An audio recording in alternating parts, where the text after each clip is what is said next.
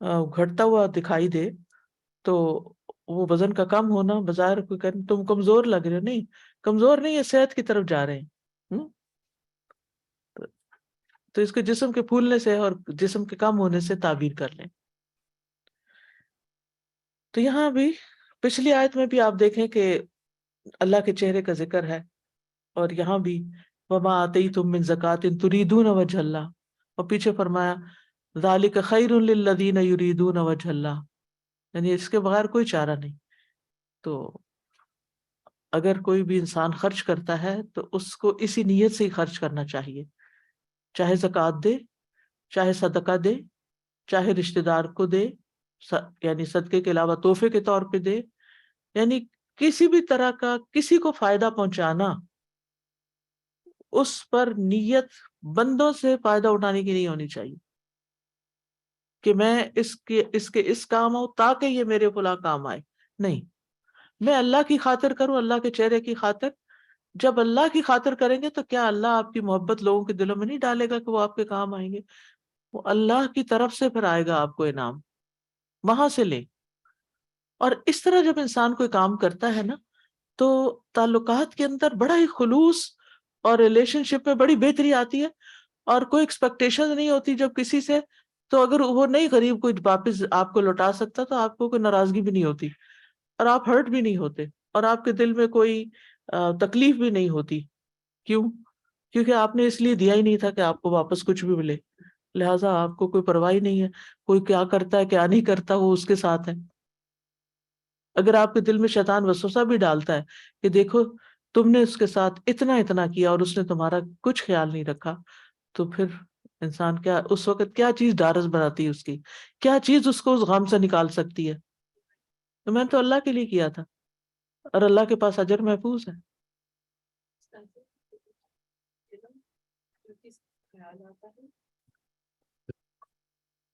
if I'm going in the right direction, but I feel کہ ہم ماؤں کا جو ان میں ہوتا ہے نا بہت زیادہ ہوتا ہے کہ میں نے تو اس بچے کے لیے اتنا کیا، میں نے تو وہ اپنی جان لگا رہی تھی۔ جیسے آپ نے شروع میں کہا کہ ہم اپنی ڈیوٹی سمجھ کے کر رہے ہوتے، کبھی یہ خیال نہیں کرتے کہ اللہ کی رضا کے لیے ہے، تو بعد میں بھی ایکسپیکٹیشنز اولادوں سے پھر وہی ہوتی ہے بالکل۔ کہ اس کے اوپر تو میں نے اب بعض اوقات یہ ہوتا ہے کہ میں ایک مدر کو جانتی ہوں جن کی بچیاں اکثر مجھ سے اپنے والدہ کی شکایت کرتی رہتی ہیں، وہ یہ کہ شادی کے بعد بھی والدہ کی ڈیمانڈ یہ ہے کہ تم لازماً میری خدمت کے لیے حاضر ہو، اپنے گھر کے سارے کام کاج چھوڑو اور میرے پاس آؤ اور میرے ساتھ وقت گزارو۔ اور اگر وہ کسی وجہ سے کوئی عذر مجبوری ہوتی ہے، کبھی شوہر اجازت نہیں دیتے، کبھی بچوں کی تعلیم کا مسئلہ ہوتا ہے، کئی 100 مجبوریاں شادی کے بعد ہو جاتی ہیں، تو شادی کے بعد بیٹی کے اوپر فرض نہیں رہتا کہ وہ واپس ماں باپ کی خدمت کرے۔ اگر اس کو گھر سے اجازت مل جاتی ہے اور یعنی ماں باپ کو ضرورت ہے تو وہ ایک الگ بات ہے، یعنی وہ تو سیٹلمنٹ اور طرح ہو سکتی ہے، لیکن وہ بچیاں اتنی پریشان اس بات پہ رہتی ہیں کہ ان کو پریشر ہے کہ نہیں انہوں نے کرنا ہی کرنا ہے۔ تو اس طرح کے پریشر بچوں پہ نہیں ڈالنے چاہیے۔ ٹھیک ہے، بچوں کا اپنا فرض بنتا ہے کہ والدین کے ساتھ احسان کریں، لازماً کریں، لیکن تو اس لیے نہیں ہم نے ان کو پالا پوسا کہ وہ ہمارے لیے کچھ کریں تو اللہ کی طرف سے ایک نعمت ہے، نہ کریں تو بھی ہم راضی اللہ کی رضا پر، اور اگر اولاد نہیں کرتی تو وہ اس کے حق میں نقصان دہ ہے، ٹھیک ہے نا؟ کیونکہ ان احسنتم لانفسکم، جو بھی کوئی اچھا کرتا ہے، ماں باپ اچھا کرتا ہے یا اولاد اچھا کرتی ہے، تو دونوں کی طرف سے کیا ہے؟ اپنی ہی جان کے لیے ہے، ٹھیک ہے نا؟ ایموشنلی ان کو ایموشنلی بلیک میل نہیں کرنا چاہیے بچوں کو۔ فَأُولَٰئِكَ هُمُ الْمُضْعِفُونَ، جو اللہ کی رضا کے لیے کام کرتے ہیں، اللہ کے چہرے کی خاطر کچھ دیتے ہیں، وہی اپنے مال دگنے کرنے والے ہیں، ان کو لازماً اللہ تعالیٰ اپنے پاس سے اور زیادہ عطا کرے گا، کئی گنا، یعنی دگنا بھی اور کئی گنا بھی، دونوں معنی کیے جاتے ہیں ضعف کے۔ جیسے ایک دانہ بھی اللہ کے راستے میں دیتے ہیں تو وہ 100 دانے بن جاتا ہے، 700 بن جاتا ہے۔ پھر اسی طرح آتا ہے من ذا الذی یقرض اللہ قرضا حسنا فیضاعفہ لہ اضعافا کثیرہ واللہ یقبض ویبسط وَإِلَيْهِ تُرْجَعُونَ، کون ہے وہ جو اللہ کو قرض حسنہ دے تاکہ وہ اس کے لیے کئی گنا زیادہ بڑھا دے، اور اللہ ہی تنگی کرتا ہے اور کشادگی دیتا ہے، اور اسی کی طرف تم لوٹائے جاؤ گے۔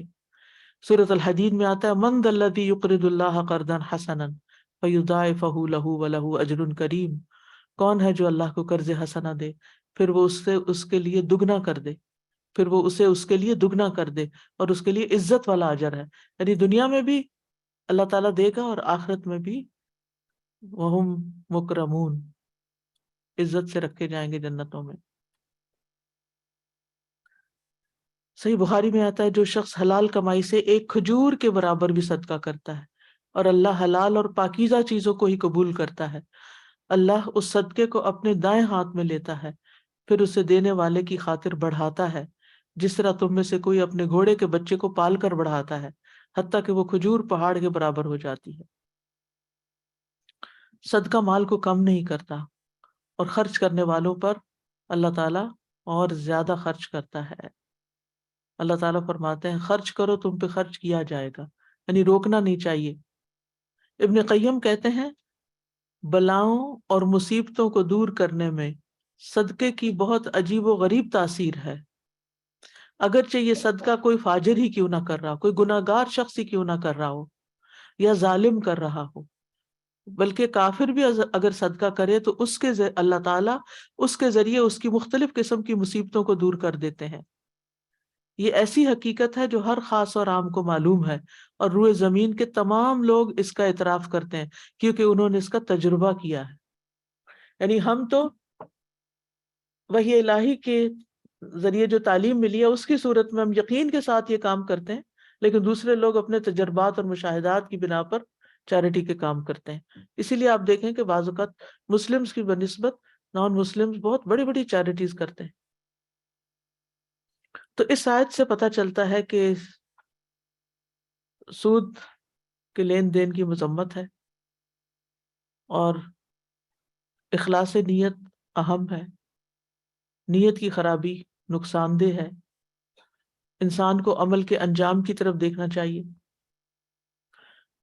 جو مال اللہ کے نزدیک ناپسندیدہ ہے وہ بڑھتا نہیں، اعمال کا اجر اخلاص کے اعتبار سے کئی گنا زیادہ بڑھ جاتا ہے۔ 6 اسباب اجر کو کئی گنا بڑھاتے ہیں۔ اعمال میں کئی گنا اجر حاصل ہونا مختلف اسباب کی وجہ سے ہوتا ہے۔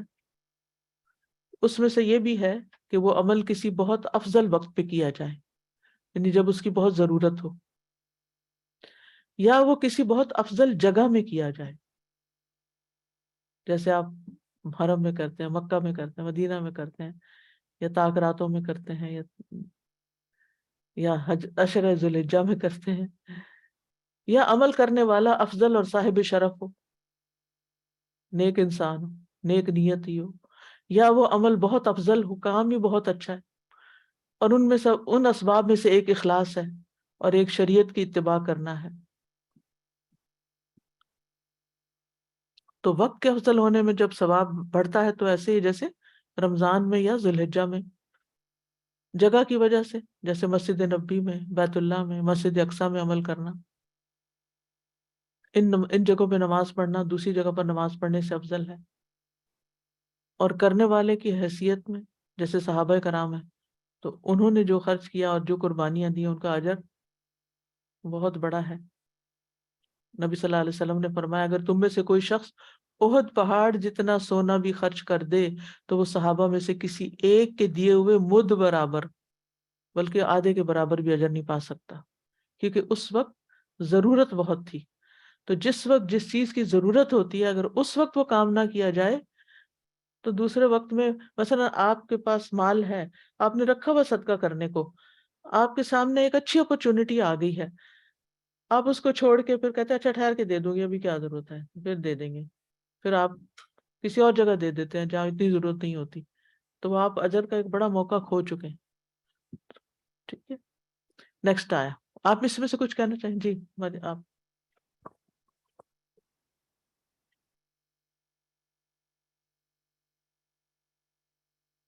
تو جی میں سبحان اللہ سوچ رہی ہوں، یہ مکی صورت ہے اور جیسے پیچھے وہ بات ہوئی نا ایمان، یہ نشانیاں ہیں ایمان لانے والوں کے لیے. تو یہ جو بظاہر جیسے ہم کونی نشانیوں کے بارے میں جب سوچتے ہیں تو ایسا لگتا ہے کائنات اینڈ ایوری تھنگ، سسٹم، ساری چیزیں، لیکن مال کا، رزق کا جتنا تواتر سے ذکر آ رہا ہے اس میں توحید کا کتنا امپورٹنٹ ایلیمنٹ ہے کہ اللہ تعالیٰ پہ رلائی کرنا. اور یہ جو ساری چیز تھی کہ انسان کو امید ہوتی ہے، سود وہ کیوں کرتا ہے، یعنی وائی از اٹ کہ انسان کو یہ طلب ہوتی ہے کہ وہ کرے، کیونکہ اس کو اضافے کی امید ہوتی ہے. اور وہیں ہماری نیت میں فریکچر آ گیا بیکاز ہم کسی اور سے اب ایکسپیکٹ کر رہے ہیں. اور اخلاص بالکل اس کے برعکس ہے کہ ہم صرف اللہ سے چاہتے ہیں، وجہ اللہ، یعنی اس کی کمپلیٹ اپوزٹ ہے کہ ہم اس کی خاطر کرتے ہیں. اور اس کا ایمان سے کتنا ڈائریکٹ امپیکٹ ہے. اور پھر میں سوچی تھی سبحان اللہ کہ اخلاص یا ایمان وہ حقوق اللہ، یعنی ہم اللہ تعالیٰ کے حق میں کمی کرتے ہیں. اور اگر ہم اس طرح جب لوگوں پہ ظلم کرتے ہیں دیٹس امپیکٹنگ حقوق العباد. کہ اب کرنٹ جو کیپٹلسٹک پوری سوسائٹی ہے یا جس میں پورا ایک سسٹم ہے اس میں it is inbuilt in green, this is how we work, this is how we function. ایک بندہ فائدہ حاصل کرے گا دوسرے کے ایکسپینس پہ، یعنی there is somebody somewhere struggling. Specially like environment کے سینس میں ہم جب بات کرتے ہیں انوائرمنٹل جسٹس کا ہمارے کورس ہے تو اس میں یہ بات ہوئی تھی کہ مینی جو چیزیں ڈیولپمنٹس ہو رہی ہیں، جو پائپ لائنس بن رہی ہیں، all kind of you are having ترقیاتی ساری چیزیں، it is happening at the expense of people جو کہ اپنی آواز نہیں رکھتے، جن کو وہ گندا پانی سہنا پڑتا ہے، جن کے پاس سے نیوکلیر پلانٹس ہوتے ہیں، جن کے پاس انسینریٹرز ہوتے ہیں جہاں پہ گاربیج کا میس لیول پہ ساری چیزیں ہو رہی ہوتی ہیں.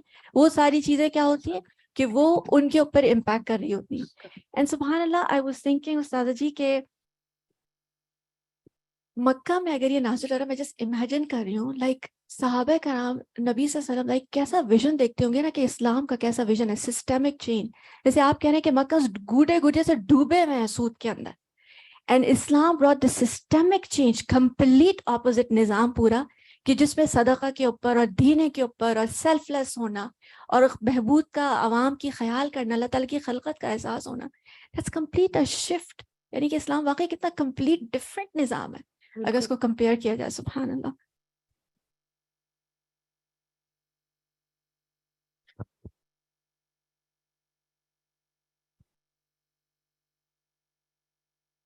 میں اس آیت میں نوٹ کری تھی لائک ایک ہے لیربو جو یعنی ایک فعل ہے، اور اس کے اپوزٹ مضعفون جو اسم ہے. یعنی سبحان اللہ جو اگر فار ایگزامپل کوئی چیز بڑھ بھی رہی ہے نا تو اس میں دوام نہیں ہے، جبکہ اللہ تعالیٰ کے پاس جو چیز بڑھے گی وہ دوام کے ساتھ بڑھے گی. نیکسٹ آیا الله الذي خلقكم ثم رزقكم ثم يميتكم ثم يحييكم هل من شركائكم من يفعل من ذلكم من شيء سبحانه وتعالى عما يشركون. اللہ وہ ذات ہے جس نے تمہیں پیدا کیا، پھر اس نے تمہیں رزق دیا، پھر وہ تمہیں موت دے گا، پھر وہی تمہیں زندہ کرے گا. کیا تمہارے شریکوں میں سے کوئی ہے جو اس میں سے کوئی کام کر سکے؟ وہ پاک اور بلند تر ہے اس سے جو وہ شریک ٹھہراتے ہیں. یہاں سے پھر کفار اور مشرکین کو سمجھانے کے لیے سلسلہ کلام توحید اور آخرت کے مضمون کی طرف پھر گیا. یہ شریک جن کو اللہ کے ساتھ اللہ کے سوا پکارا جاتا ہے، یعنی اللہ کے ساتھ کے سوا پکارا جاتا ہے، ان میں سے کوئی کچھ بھی کرنے کے قابل نہیں. سورۃ الاحقاف میں بھی آتا ہے قل ارأیتم ما تدعون من دون اللہ ارونی ماذا خلقوا من الارض ام لہم شرک فی السماوات. کہہ دیجئے کیا تم نے کبھی غور کیا کہ جن کو تم اللہ کے سوا پکارتے ہو مجھے دکھاؤ انہوں نے زمین میں کیا کچھ پیدا کیا ہے، یا آسمانوں میں ان کی کوئی شراکت ہے. اور یہ مضمون کئی جگہ پر ہے، جیسے سورۃ نحل میں وَيَعْبُدُونَ مِن دُونِ اللَّهِ مَا لَا يَمْلِكُ لَهُمْ رِزْقًا مِنَ السَّمَاوَاتِ وَالْأَرْضِ شَيْئًا وَلَا يَسْتَطِيعُونَ. اور وہ اللہ کے سوا ان کی عبادت کرتے ہیں جو ان کے لیے آسمانوں اور زمین کے رزق میں سے کسی چیز کے بھی مالک نہیں ہے اور نہ وہ اس کی استطاعت رکھتے ہیں. تو یہاں پر ان کو سمجھایا جا رہا ہے کہ جن کے پاس کچھ بھی نہیں ہے تم انہیں اللہ کا شریک قرار دیتے ہو. نہ وہ پیدا کر سکتے ہیں، نہ وہ رزق دے سکتے ہیں، نہ وہ موت دے سکتے ہیں، نہ وہ زندگی دے سکتے ہیں، بلکہ اس کے مقابلے میں اکیلا اللہ ہی خالق، مالک، رازق ہے، موت دینے والا ہے، زندگی دینے والا ہے. تمہارے شریکوں میں سے تو کوئی کچھ بھی نہیں کر سکتا. سبحانہ و تعالی عما یشرکون، اللہ پاک ہے کسی بھی طرح کے نظیر، مثل اور شریک سے. لیس کمثلہ شیء وہو السمیع البصیر، کوئی چیز اس کی طرح نہیں اور وہ خوب سننے اور دیکھنے والا ہے. تو اللہ الذی خلقکم، اللہ وہ ذات ہے جس نے تمہیں پیدا کیا، یعنی جب تم کچھ بھی نہیں تھے تو عدم سے وجود میں وہ لایا. ثم رزقکم، پھر اسی نے تم کو رزق دیا، یعنی تمہیں تمہاری تخلیق بھی اس نے کی، تمہیں رزق بھی عطا کیا. ثم یمیتکم ثم یحییکم، تمہیں مارنے اور زندہ کرنے میں بھی اسی کا حکم چلتا ہے. هل من شرکائکم، کیا تمہارے شریکوں میں سے کوئی ہے، من یفعل من ذلکم من شیء، جو ان میں سے کوئی کام بھی کر سکتا ہو. یہاں حل کیا ہے؟ استفہام کے لیے ہے، اور یہ استفہام انکاری، یعنی کوئی بھی نہیں. یہ سوال اس لیے نہیں کیا جا رہا کہ ڈھونڈ کے لاؤ بتاؤ، اس لیے کیا جا رہا کہ مان جاؤ کہ ہے ہی کوئی نہیں. انکار اور نفی کے لیے ہے. یعنی تمہارے وہ شریک جن کی تم عبادت کرتے ہو، ان میں سے کوئی بھی، ایک بھی اس قسم کا کوئی کام کرنے کی طاقت استطاعت نہیں رکھتا. امیجن کریں کسی ایسی جگہ جو بت کدا ہے، لوگ اس کے آگے لیٹے ہوئے ہیں. یہ میں نے سین دیکھا ہوا ہے. کینیا میں گئی تھی میں، تو مجھے کسی نے بتایا کہ یہاں پر بہت ہی اعلیٰ قسم کا ایک عبادت گاہ بنائی گئی ہے، اور اس پہ اتنا پیسہ لگا، اور کافی ڈیٹیل اس کے، تو مجھے ہوا کہ میں ذرا جا کے دیکھوں کہ وہاں ہوتا کیا ہے. تو جب گئے تو وہاں پر بہت ہی خوبصورت مورتیاں اور ان کو زیورات پہنائے ہوئے اور شیشے کے کیسز میں وہ رکھے ہوئے تھے، اور لوگ آتے تھے، کوئی کھانے کی کچھ چیز لے آتا، کوئی کنو مالٹے، کوئی کھانا پینا، کوئی اور چیزیں، اور وہ لا کے وہ ان کے آگے رکھتے جاتے تھے. میں سوچتی تھی کہ ان کو سمجھ نہیں آتی کہ یہ کون کھائے گا، کوئی کھا نہیں سکتا، پھر کیا کریں گے اس کا. پھر کچھ لوگوں کو دیکھا کہ وہ پورے الٹے لیٹے ہوئے تھے. ہمارا سجدہ تو رہتا نا گھٹنوں اور پاؤں کے اوپر اور ماتھے پہ، تو پورے لیٹے ہوئے. اب اگر ایسے لوگوں کو جا کے کوئی پوچھے کہ ان میں سے کس نے آسمان بنایا، زمین بنائی، یا تمہیں پیدا کیا ہے، کسی نے کچھ کیا؟ کچھ بھی نہیں. تم انہیں لا کے کچھ دے رہے ہو، ان سے تم کیا لے کے جا رہے ہو؟ پتھر کے بت کیا دے رہے ہیں تمہیں؟ لیکن لوگوں کو یہ بات اتنی سی سمجھ نہیں آتی. یہاں پر جو اللہ تعالیٰ نے فرمایا نا، حل من شرکائکم من یفعل من ذلکم من شیء، تمہارے شریکوں میں سے کوئی ہے جو اس طرح کا کوئی کام کر کے دکھائے؟ کسی نے کچھ کیا ہے؟ سوال کیا جا رہا ہے. نہیں، تو جواب یہ ہے کہ کسی نے کچھ بھی نہیں کیا. پھر کیوں تم یعنی کہ اندھا دھند ان کی عبادت میں لگے ہوئے ہو؟ کیوں ان کے نذرانے چڑھا رہے ہو، چڑھاوے چڑھا رہے ہو، اور پھر کیوں ان کے آگے سجدے کر رہے ہو؟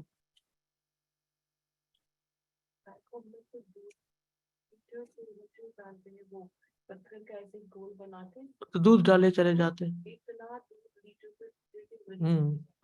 جی، بہت سی مختلف قسمیں ہیں جس میں وہ اپنے مال اور وقت اور سب کچھ جا کے قربان کرتے. اول تو جو کروڑوں کی وہ عمارت تھی، وہی آخر لوگوں نے پیسہ دیا نا. تو یہ یاد رکھیے کہ زندگی اور موت کا خالق بھی اللہ ہی ہے. اذ قال ابراہیم ربی الذی یحیی و یمیت قال انا احیی و امیت. تو جب نمرود سے ابراہیم علیہ السلام کا مناظرہ ہوا تھا تو اس نے کہا کہ میں زندہ کرتا ہوں اور میں موت دیتا ہوں. تو ابراہیم علیہ السلام نے اس وقت بھی یہی کہا کہ نہیں، اللہ ہی ہے جو یہ سب کرتا ہے. سبحانہ و تعالی عما یشرکون، پاک ہے وہ اور بہت بلند ہے اس سے جو وہ شریک ٹھہراتے ہیں. یعنی اللہ تعالیٰ شرک سے پاک ہے. ان لوگوں کی جہالت سے جو اللہ سبحانہ و تعالیٰ پر وہ ناحق ایسے اللہ تعالیٰ کے حق میں ناحق کام کرتے ہیں، تو اس کو کوئی نقصان نہیں، اس کی ذات پر کوئی حرف نہیں آتا. وہ بلند ہے، پاکیزہ ہے ہر عیب اور نقص سے. اس آیت سے یہ باتیں پتہ چلتی ہیں کہ اللہ کے افعال میں کوئی اس کا شریک نہیں. یہ سارے اللہ کے افعال ہیں، پیدا کرنا، رزق دینا، زندگی دینا، موت دینا. کوئی اور یہ کام نہیں کر سکتا. کل ہم نے رزق کی بات تو پڑھی تھی نا، تو 4 کام جو ہیں یہ اللہ کی قدرت کاملہ کی دلیل ہیں. مخلوقات کو پیدا کرنا، انہیں سسٹین کرنا، رزق دینا، انہیں زندگی دینا اور انہیں موت دینا. یہ صرف اللہ ہی نے کیا ہے، کوئی اور نہیں کر سکتا. پیدا کرنا بھی اس کے اختیار میں ہے، موت دینا بھی اس کے اختیار میں، زندہ کرنا بھی اس کے اختیار میں، اور رزق دینا بھی سراسر اسی کے اسی کے اختیار میں. سرکل ہے، بالکل آغاز اور انتہا یہی ہے. انسان رزق کو اپنی کمائی سمجھتا ہے، اپنی محنت اور مہارت سمجھتا ہے. انما اوتیتہ علی علم عندی، جبکہ اصل میں تو اللہ ہی کی طرف سے آتا ہے، لہٰذا ہمیں اللہ ہی سے رزق مانگنا چاہیے. اور کل تفصیل سے میں نے بتایا تھا کہ وہ کون کون سی طریقے ہیں جس سے رزق بڑھتا ہے، اور خاص طور پر تقویٰ. وَمَن يَتَّقِ اللَّهَ يَجْعَل لَّهُ مَخْرَجًا وَيَرْزُقْهُ مِنْ حَيْثُ لَا يَحْتَسِبُ. اور پھر یہ کہ یہاں یہ بات بھی یاد رہے کہ اللہ کی نافرمانی کے طریقے سے رزق حاصل نہیں کرنا چاہیے، جیسے سود خوری کے ذریعے، دھوکے اور ملاوٹ سے، جھوٹ بول کے، لوگوں کو چیٹ کر کے، اور خاص طور پر سود جو کہ اللہ سے جنگ ہے. ابن تیمیہ کہتے ہیں کہ شرک کے علاوہ باقی گناہوں میں سے کسی گناہ کے بارے میں اتنی سخت وعید وارد نہیں ہوئی جتنی سود کے بارے میں وارد ہوئی ہے. وہی سود خوری جو اب لوگوں کے نزدیک سب سے آسان اور معمولی کام بن کے رہ گیا ہے، بغیر سوچے سمجھے یہ کام کرتے ہیں. کبھی کوئی ہیلا نکال لیتے ہیں، کبھی کوئی بہانہ کرتے ہیں. تو اللہ تعالیٰ نے جب کسی چیز کو حرام کر دیا تو پھر وہ حرام ہی سمجھی جائے، اپنی تعویلیں بنا کے اس کو حلال نہ کیا جائے. حل من شرکائکم من یفعل ذلک، اس سے یہ پتہ چلتا ہے کہ معبودان باطل جو ہیں وہ بے بس ہیں. پھر اسی طرح توحید ربوبیت اور الوہیت لازم و ملزوم ہے کہ جو پیدا کرتا ہے، جو رزق دیتا ہے، جو زندگی دیتا ہے، جو موت دیتا ہے، وہی عبادت کے لائق ہے. جو رب ہے وہی معبود ہے، جو رب نہیں وہ معبود نہیں بن سکتا. پھر یہ کہ سبحانہ اللہ تعالیٰ ہر عیب سے پاک ہے، اور شرک کرنے والے اللہ کی شان میں کمی کرتے ہیں. تو اللہ تعالیٰ کے لیے ہر ناقص چیز کی نفی اور ہر کامل چیز کا اس بات کرنا چاہیے. سبحانہ وہ پاک ہے، وتعالی اور بلند ہے، اما یشرکون اس سے جو وہ شریک ٹھہراتے ہیں. وقفات نکالیے. معنی الکلمات: فطرت اللہ الزموا دین اللہ وہو الاسلام، یعنی انہوں نے اللہ کے دین کو لازم کر لیا اور وہ دین اسلام ہے. فطر الناس علیہا جبلہم وطبعہم علیہا، کہ اللہ نے ان کی جبلت اور طبیعت اس کے مطابق بنائی. القیم المستقیم الموصل الی رضا اللہ، قیم کا مطلب ہوتا ہے درست، جو اللہ کی رضا تک لے جائے. فرقوا دینہم بدلوا دینہم وغیروہ، جنہوں نے اپنا دین بدل دیا اور اس کو تبدیل کر دیا. فاخذوا بعضا وترکوا بعضا، اس کے بعض حصے کو لے لیا اور بعض کو چھوڑ دیا. شیعا فرقا واحزابا، فرقے فرقے اور گروہ گروہ. یقنطون یأسون من زوال البلاء، یعنی تکلیف دور ہونے سے مایوس ہو گئے. یبسط یوسع، وسیع کرتا ہے. ویقدر یضیق، تنگ کرتا ہے. ربن قرضا من المال بقصد الربا المحرم، یعنی مال کا قرض جو ربا کی حرام مال کی نیت سے دیا جاتا ہے. الربا المحرم یعنی مال میں سے قرض جو حرام ربا حاصل کرنے کی نیت سے دیا جاتا ہے. لیربوا لیزیدہ، بڑھ جائے. وقفات نمبر 1. كذلك نفصل الآيات لقوم يعقلون. والقوم الذين يعقلون هم المتنزهون عن المكابرة والإعراض، عقل و شعور رکھنے والے وہ لوگ ہیں جو ہٹ دھرمی سے اور روگردانی سے پاک ہیں. لقوم یعقلون، عقل مند کون ہے؟ جو ہٹ دھرمی اور روگردانی نہیں کرتے. ضد نہیں کرتے اور منہ نہیں موڑتے. والطالبون للحق والحقائق لوفرۃ عقولہم، اور اپنی عقلوں کے زیادہ ہونے کی وجہ سے حق اور حقیقتوں کے طلبگار ہیں. دیکھیں اصل عقل وہ ہوتی ہے جو انسان کو صحیح بات سمجھا دے، جو حق بات ہے، جو اچھی بات ہے، اور نمبر 2 پھر اس پر عمل بھی کروا لے کہ یہ کام کرو، یہ تمہارے فائدے کا ہے، اللہ کے یہاں اس سے اجر بڑھے گا. وہ عقل مند انسان ہے.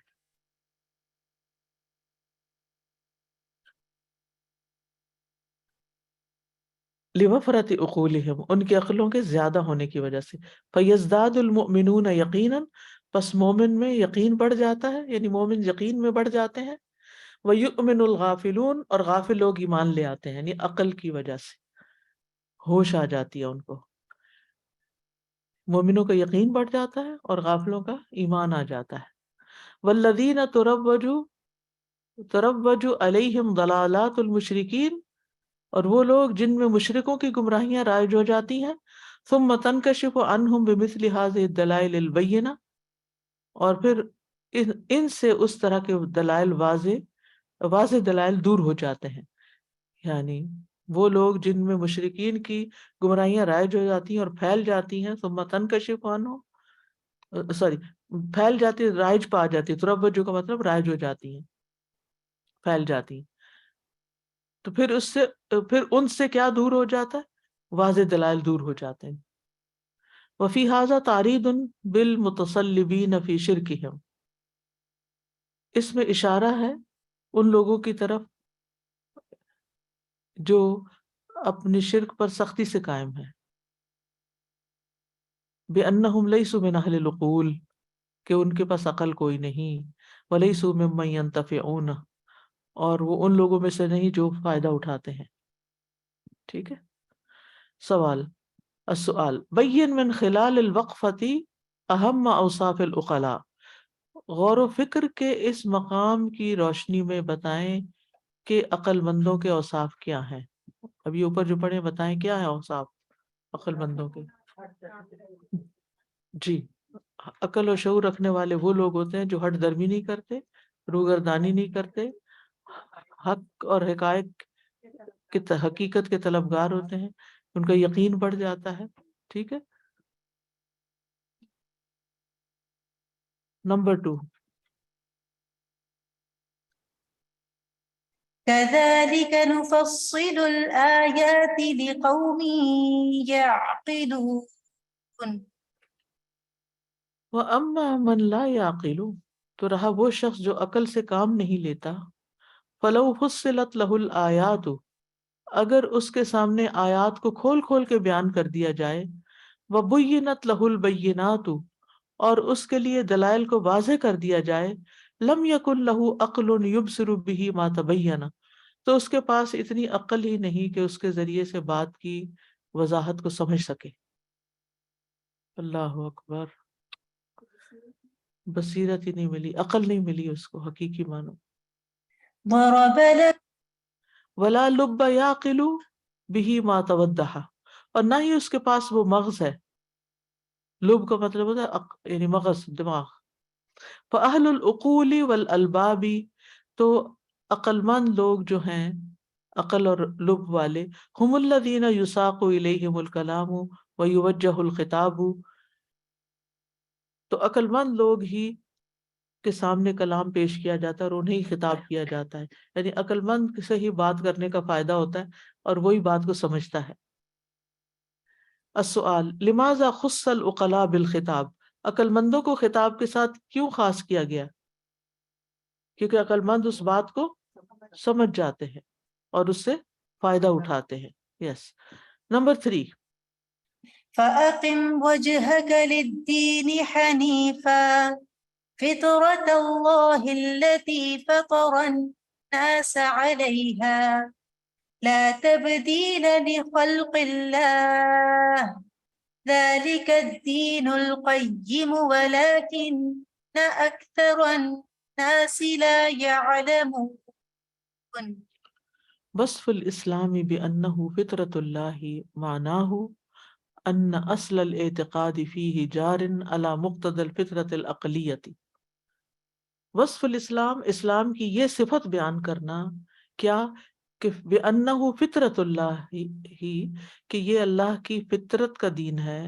اس کا مطلب کیا ہے؟ معناہ، اس کا مطلب ہے ان اصل الاعتقاد فیہ، کہ اس میں عقیدے کی بنیاد دراصل جاری ہے علی مقتضی الفطرت العقلیتی، عقلی فطرت کے تقاضے کے مطابق، یعنی عقل جس چیز کا تقاضا کرتی ہے کہ چیزیں ایسے ہونی چاہیے، یہ دین اس کے مطابق ورک کرتا ہے۔ یعنی اس دین میں عقل کے خلاف چیزیں نہیں نظر آئیں گی آپ کو۔ وَأَمَّا تَشْرِيعَاتُهُ وَتَفَارِيعُهُ فَهِيَ، جہاں تک اس کے شرعی احکام اور اس کی فروعات کا تعلق ہے تو وہ اما امور فطریت ایضا، یا تو یہ فطرتی امور ہے، ای یعنی جاریت علی وفق ما یدرکہ العقل ویشہد بہ، یعنی اس طریقے پر جاری ہیں جس کو عقل سمجھتی ہے اور جس کی عقل گواہی دیتی ہے۔ ٹھیک ہے، یعنی شرعی احکامات اور ان کی ڈیٹیل جو ہیں یہ بھی فطرت کے مطابق ہیں، ٹھیک ہے، اور اسی طریقے پر جاری ہیں جس کو عقل سمجھ بھی لے اور اس کی عقل گواہی بھی دے۔ ہاں یہ بہت فائدہ مند ہے۔ آج کل آپ دیکھیں کہ آپ کوئی ایک چیز دیکھ رہے ہوتے ہیں، مثلا یوٹیوب پر یا کہیں بھی، یا کوئی ریل دیکھ رہے ہوتے ہیں، کوئی اچھا ٹاک ہوتی ہے، چھوٹی موٹی اچھی کام حکمت کی بات ہوتی ہے، اچانک ایک یوگی آ جاتا ہے اور وہ آپ کو کوئی ایکسرسائز بتانے لگتا ہے، کبھی کچھ کبھی کچھ۔ تو ایسے میرے ساتھ بھی ہوا، تو میں دیکھ رہی تھی کہ ایک یوگی جو تھا وہ اتحیات کی پوزیشن میں بیٹھنے کے فائدے بتا رہا تھا کہ اس طرح بیٹھنے سے یہ اور یہ اور یہ فائدہ ہوتا ہے، ایسے روز بیٹھے۔ تو اب آپ سوچئے کہ ہمارے دین نے تو 1400 سال پہلے دن میں 5 دفعہ نمازوں میں کئی دفعہ اس پوزیشن میں بیٹھنے کا حکم دیا ہے، تو ہم ان فائدوں کو سمجھتے ہی نہیں ہیں۔ جب ہمیں کوئی بتاتا ہے تو ہم کہتے ہیں ہاں ہاں یہ تو کرنا چاہیے، یہ ہم کیوں نہیں کر رہے۔ اسی طرح بہت سے وہ ایکشنز ان کے وہ سجدے میں جانے کے سے ہوتے ہیں، اور رکوع کی طرح جھکنے کے، اور دیگر بھی۔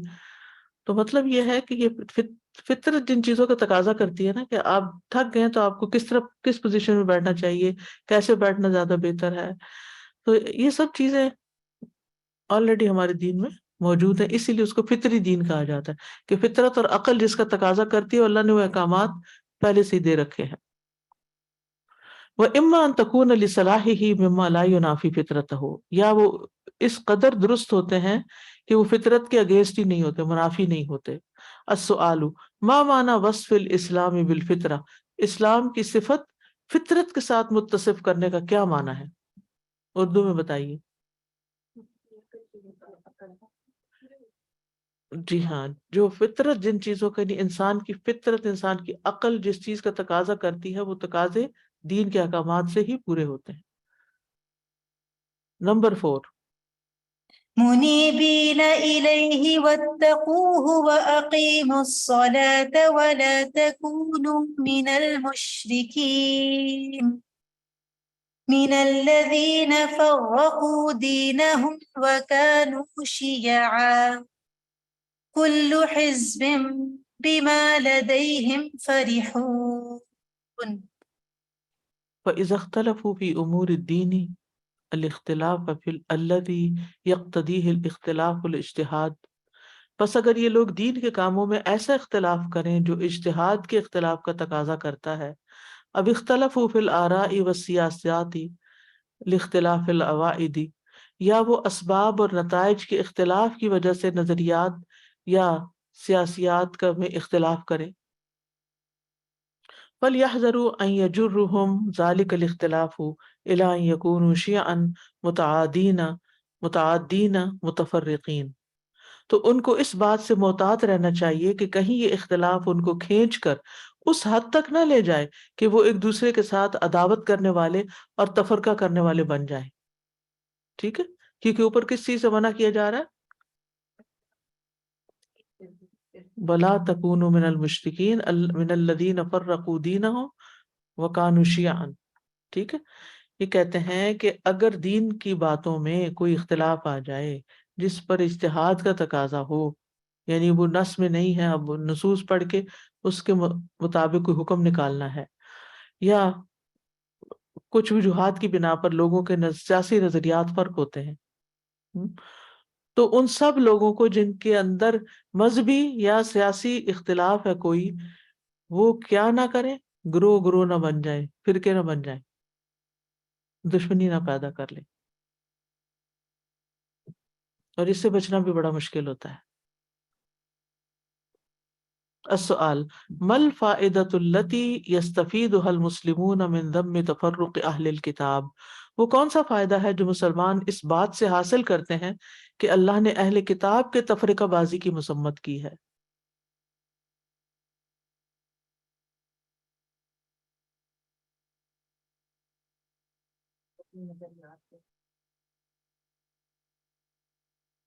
وہ کون سا فائدہ ہے جو مسلمان اس بات سے حاصل کرتے ہیں کہ اللہ نے اہل کتاب کے تفرقہ بازی کی مذمت کی، کہ ہم نہ کریں، یہ فائدہ ہے. ٹھیک ہے، جی ہاں، تمہارا روب چلا جائے گا. آپس میں لڑنے والوں کا کوئی روب نہیں ہوتا. نمبر 5. من الذين فرقوا دينهم وكانوا شيعا كل حزب بما لديهم فرحون. شیعن ای فرقا متحالفین. شیعن کا مطلب ہے یعنی وہ ایک دوسرے کے مددگار گروہ تھے. حلیف تھے. حلیف کہتے ہیں جس نے قسم کھا کے آپ کی مدد کا وعدہ کیا ہو. کل واحدۃ منہم تشایع من دان بدینہا علی من خالفہم. ان میں سے ہر ایک اس آدمی کی مدد کر رہا تھا جو اس کے دین پر ہوتا تھا اس کے مخالفین کے خلاف جو ان کے دین پر نہیں ہوتے تھے. حتی کفر بعضهم بعضا، یہاں تک کہ انہوں نے ایک دوسرے کو کافر کہا. وَاصْطَبَاحُ الدِّمَاءَ وَالْأَمْوَالَ، اور انہوں نے خون اور مال مباح قرار کر دے دیے، ان کو حلال کر لیا.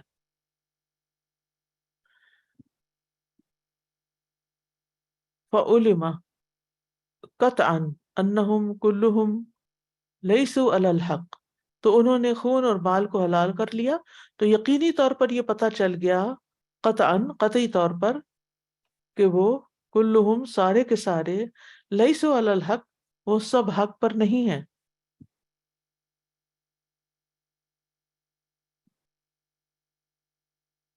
السؤال جی اچھا سوری.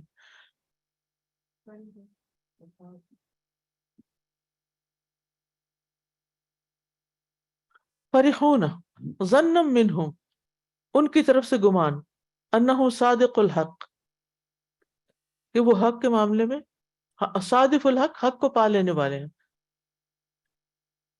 وفازوا به دون غیرہم، اور دوسروں کی بجائے وہ حق کو پانے میں کامیاب ہیں. وضح من خلال الآیت خطر الافتراق فی دین اللہ،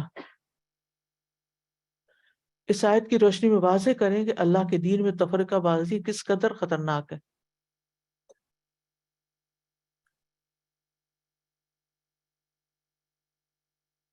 تفرقہ بازی بہت خطرناک ہے. کیوں؟ نفرتیں پھیلتی ہیں، حق سے دور ہو جاتا ہے انسان. ہو سکتا ہے جس کی آپ مخالفت کریں حق اسی کے پاس ہو. پھر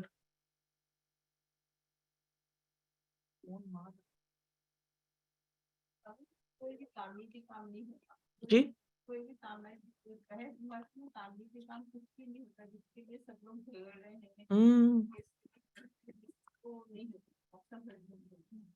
کوئی تعمیری کام نہیں ہوتا جب آپس کا لڑائی جھگڑا ہوتا ہے. ٹھیک ہے، چلیے وقت ختم ہو گیا. انشاءاللہ باقی حصہ ہم نیکسٹ ٹائم کمپلیٹ کر لیں گے. سبحانک اللہم و بحمدک اشہد ان لا الہ الا انت نستغفرک و نتوب الیک. السلام علیکم و رحمۃ اللہ وبرکاتہ. اللهم صل على محمد وعلى آل محمد كما صليت على إبراهيم وعلى آل إبراهيم إنك حميد مجيد. اللهم بارك على محمد وعلى آل محمد كما باركت على إبراهيم وعلى آل إبراهيم إنك حميد مجيد.